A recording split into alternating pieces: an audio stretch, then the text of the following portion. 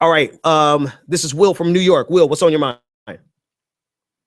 Hey, Ben, what's up? So, someone made a comment about voter apathy and how it creates the establishment Democrats. Both parties are corrupt.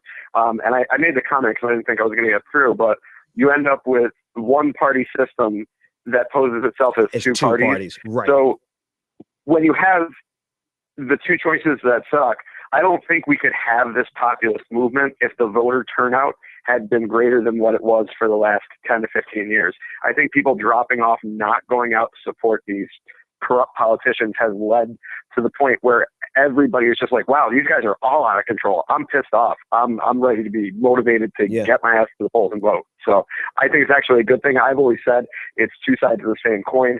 You offer me, a choice between beets and Brussels sprouts for dinner, and I don't like either, and the choice is to eat nothing, I'm going to eat nothing. So, and I actually think that's a good thing, and that actually does speak truth to power. So, hang on, let me make sure I heard you right, because I kind of zoned out there for a second, Will. You were saying some good things, but the last part really stuck out. Are you saying if you're stuck between broccoli and Brussels sprouts, you don't want either, that you just turn down dinner?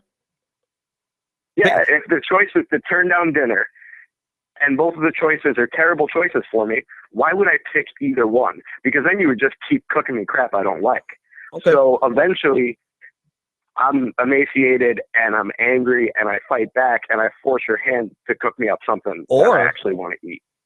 All right. Thanks for the call, man. Thanks for the call. Or you become emaciated and you can't do anything because you've lost so much political power that you can't get anything done. Listen, it is really a quagmire that a lot of people who are conscious and actually thinking, you're going to have to face some decisions, right? Let's say your candidate of choice doesn't make it. You're going to really have to decide whether or not you're going to be participate or not.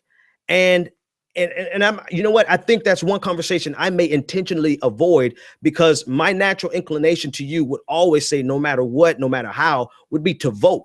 But if you have a protest vote, I'm not gonna sit here and try to change your mind about it. I will encourage everyone else to always vote. Even if you write in someone else's name, write in the name of the person but always vote. Because what happens is that we're stuck between a rock and a hard place. But when I see what Matt Bevin has done in Kentucky in day one, he has cut minimum wage by $3. Day one, he has gutted. He has overturned the rights of 140,000 citizens to vote because they have charges on their records. Right? We see that we're dealing with some folks who are rabbit crazy, like just plumb lost their mind. And you look at this guy in Maine. And this is the fulcrum, right? This is the fulcrum that we have to actually, our brains have to balance this out, right? We're stuck between two despicable choices, and one choice is actually more efficient, but the other choice is actually poison. What the hell are we going to do? What the hell are we supposed to do? Well, you already know what I'm going to do.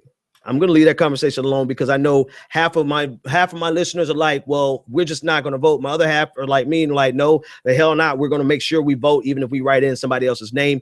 But that's something you have to decide for yourself. I won't endorse that either direction.